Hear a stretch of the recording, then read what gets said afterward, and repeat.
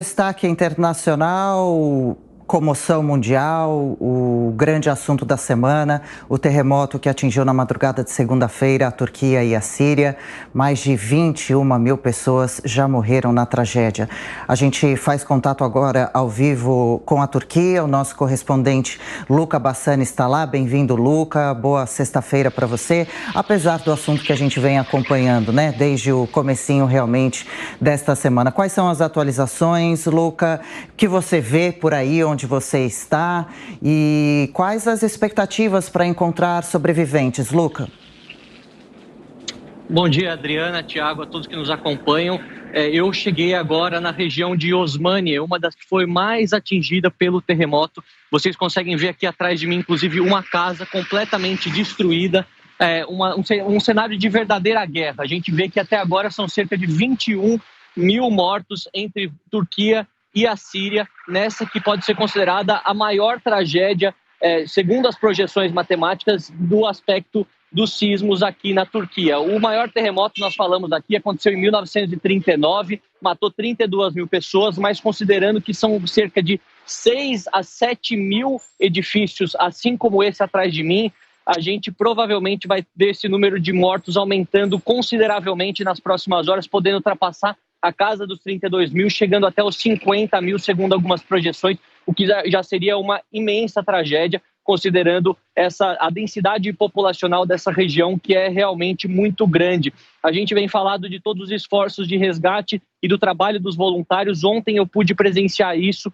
de muito perto. Estava na última estação de ônibus antes de chegar aqui nessa região e pude conversar com os voluntários, dezenas de jovens, adultos e idosos trabalhando incessantemente, trazendo comida, um chá quente ou qualquer tipo de cobertor, roupas para essas pessoas que simplesmente deixaram suas casas e têm se dirigido à porção oeste do país buscando refúgio com os seus familiares que provavelmente possam oferecer um abrigo. Afinal, a cidade de Adana está superlotada, inclusive no hotel que eu estou ficando, o lobby do hotel virou um verdadeiro campo de refugiados, onde várias famílias têm dormido nos sofás esperando ajuda ou pelo menos alguma previsão da Defesa Civil para que eles possam voltar às suas casas, lembrando que, obviamente, estamos falando de casas que não foram completamente destruídas. Em meio a isso, os bombeiros já ultrapassaram a marca de 96 horas trabalhando incessantemente à procura de vida, à procura de algum sinal de uma pessoa que possa estar ainda sob os escombros, mas nós sabemos que as baixas temperaturas aqui, somadas ao tempo sem água, a desidratação e também o próprio peso dos edifícios, transforma em remotas as possibilidades das pessoas ainda sobreviverem. Mesmo assim, casos milagrosos são observados. Eu pude observar muita gente nas estradas tentando ajudar, até mesmo pessoas da sociedade civil comum, não necessariamente policiais ou bombeiros, parando nos postos, comprando fardos de água, comprando alimentos e dirigindo até essa cidade onde as pessoas precisam muito de ajuda. Se vocês me permitem agora, eu quero não só mostrar essa casa atrás de mim completamente destruída, inclusive estamos aqui com a barreira policial atrás daqui, a gente pode ver, conseguimos acesso a essa área que está proibida e também tem um prédio que está em uma situação completamente condenada, né? Atrás de mim, vocês conseguem ver bem ao fundo, ele está completamente torto e as famílias provavelmente não estão morando por lá. Realmente é um cenário de total destruição. Não foi fácil chegar aqui pelo trabalho que a nossa equipe teve de chegar até Osmaniye, chegar até Adana. Provavelmente isso reflita as dificuldades dos voluntários e das próprias equipes de resgate de chegarem a essa região por conta do trânsito, por conta dos aeroportos estarem também interditados. Mas a comoção e a ajuda internacional tem sido fundamental. Nós sabemos que bombeiros do estado de São Paulo já chegaram aqui na Turquia. Também temos várias outras equipes da Ucrânia, que é um país que é considerado amigo da Turquia, tem mandado também uma equipe de resgatistas e socorristas para cá. A Alemanha, a França, Estados Unidos, a Armênia, a Grécia, países que inclusive têm problemas históricos, políticos e não têm relações diplomáticas boas com a Turquia, têm deixado isso de lado e mandando ajuda, mandando mantimentos, realmente uma solidariedade generalizada e também não é para menos, considerando agora, vendo aqui de perto, o drama das famílias, o choro das mães que não conseguem ver os seus filhos e também a dificuldade do país de se reerguer mediante essa tragédia e também essa crise econômica generalizada, a Turquia, que vive cerca de 80% de inflação. Perdão.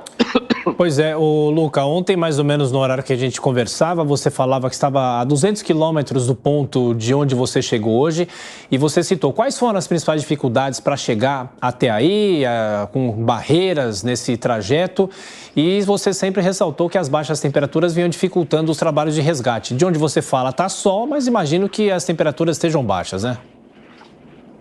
Exato, Thiago. As dificuldades foram, primeiramente, não ter voos diretos para essa região. Era necessário chegar no centro da Turquia, na cidade de Antalya, onde eu fiz a minha primeira aparição aqui no território turco, e vir caminhando através das estradas. Afinal, essa seria a possibilidade mais concreta de chegar a essa região, já que os voos estão sendo cancelados de forma aleatória. Não só isso, mas há barreiras, há também áreas de contenção, a dificuldade das próprias pessoas de chegarem a essa região já demonstra que tem sido algo muito difícil. Ao mesmo tempo, as temperaturas frias, temos aqui cerca de 5 graus hoje, melhorou porque estamos já perto do mar, mas de qualquer maneira o epicentro, que é mais alguns quilômetros, mais uns 20, 30 quilômetros de onde eu estou, que é uma região mais ao norte, durante a noite as temperaturas são muito negativas, -5, -10, e, portanto, o trabalho dos socorristas ele é muito difícil, ficar horas nessa temperatura, além, é claro,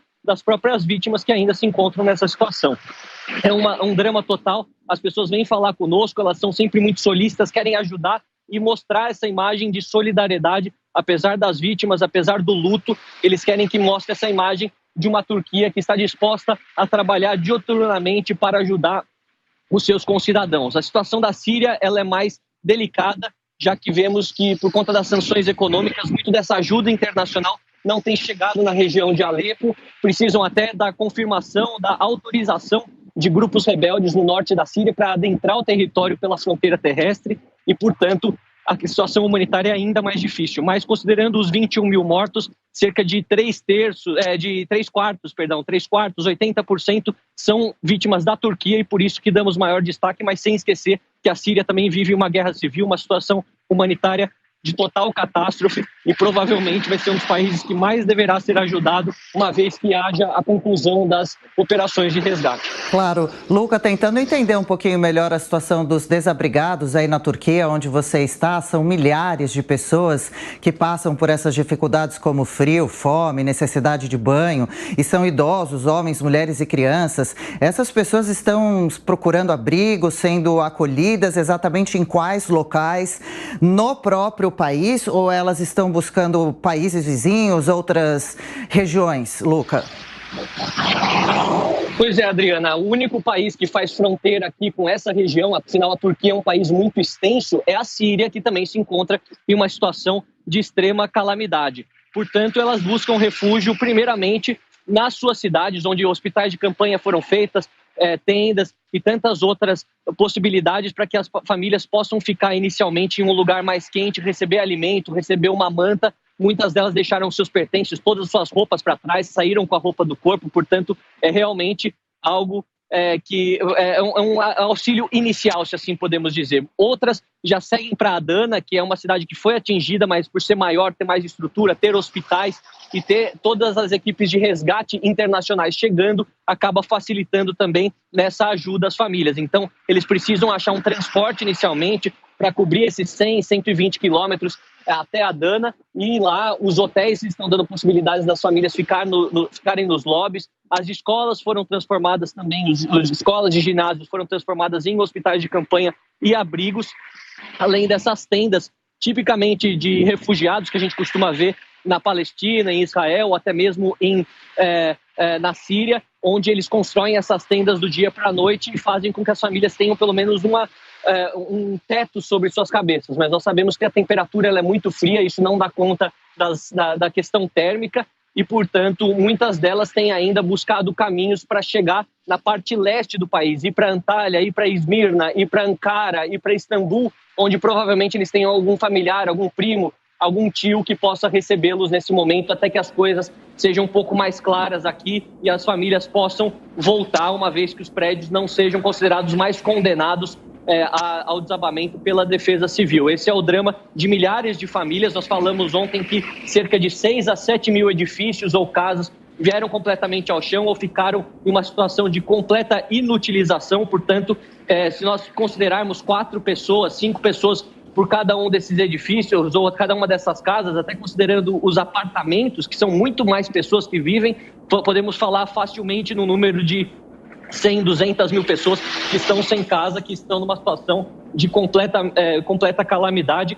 E, portanto, as buscas continuam e todo o auxílio do governo, a cobrança perante o governo de Erdogan tem sido muito forte também nesse momento para tentar fazer com que o governo responda de maneira mais rápida, mais ágil e possa contabilizar essa tragédia e ajudar as famílias de maneira mais fácil antes, obviamente, da eleição, que também é outro assunto que está bastante quente por aqui.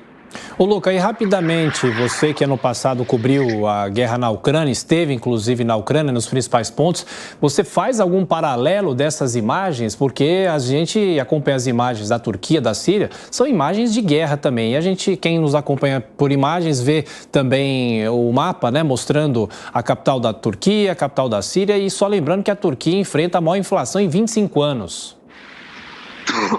Exato, Thiago. A gente que esteve na Ucrânia, tanto comigo quanto com o nosso repórter, o Kawaguchi, a gente pôde ver esse cenário de destruição, mas essa é uma destruição feita pelos homens, feita pela crueldade das guerras, pelas questões políticas, questões econômicas que permeiam toda a humanidade. Aqui foi em questão de minutos. O terremoto aqui na cidade, perto de Kahramanmaraş, onde foi o primeiro por volta das 4 da manhã, magnitude 7,8, durou por mais de um minuto e tudo veio ao chão. As famílias, muitas delas, não tiveram tempo para sair. O cenário de destruição que a gente vê mostra a força da natureza, mostra também quão efêmera é a vida em algumas ocasiões, porque num dia está tudo bem. Essa é uma região, apesar de não ser muito rica, é uma região pacífica, estável, onde as pessoas vivem aqui, trabalham aqui, não se preocupam com guerras. E simplesmente de um domingo para uma segunda, no início de uma semana, tudo mudou, uma comoção nacional completa, milhares de cadáveres e também uma situação totalmente difícil para o país se reerguer com todos os traumas psicológicos causados por uma tragédia como essa, em meio a essa inflação, como você mencionou, maior em 25 anos, por volta de 84%, 90%, considerando os últimos 12 meses. Então, é um cenário de muita dificuldade, mas a gente consegue ver a esperança. É sempre bom ressaltar todos os trabalhos de resgate, o trabalho heróico dos bombeiros, das forças internacionais, incluindo as brasileiras, e também os voluntários aqui que simplesmente deixam tudo para tentar ajudar os seus compatriotas, tentar ajudar os seus irmãos aqui da Turquia e também na Síria. A gente vê esses casos acontecendo, é algo realmente interessante, é importante mostrar esses dois lados aqui na reportagem também. Claro, e toda a solidariedade neste momento é muito bem-vinda e necessária. Luca Bassani, ao vivo da Turquia, fica com a gente ao longo de toda essa edição, vai trazendo as atualizações dessa tragédia que choca ao mundo todo. Valeu, Luca, até mais tarde um pouquinho, 6h20.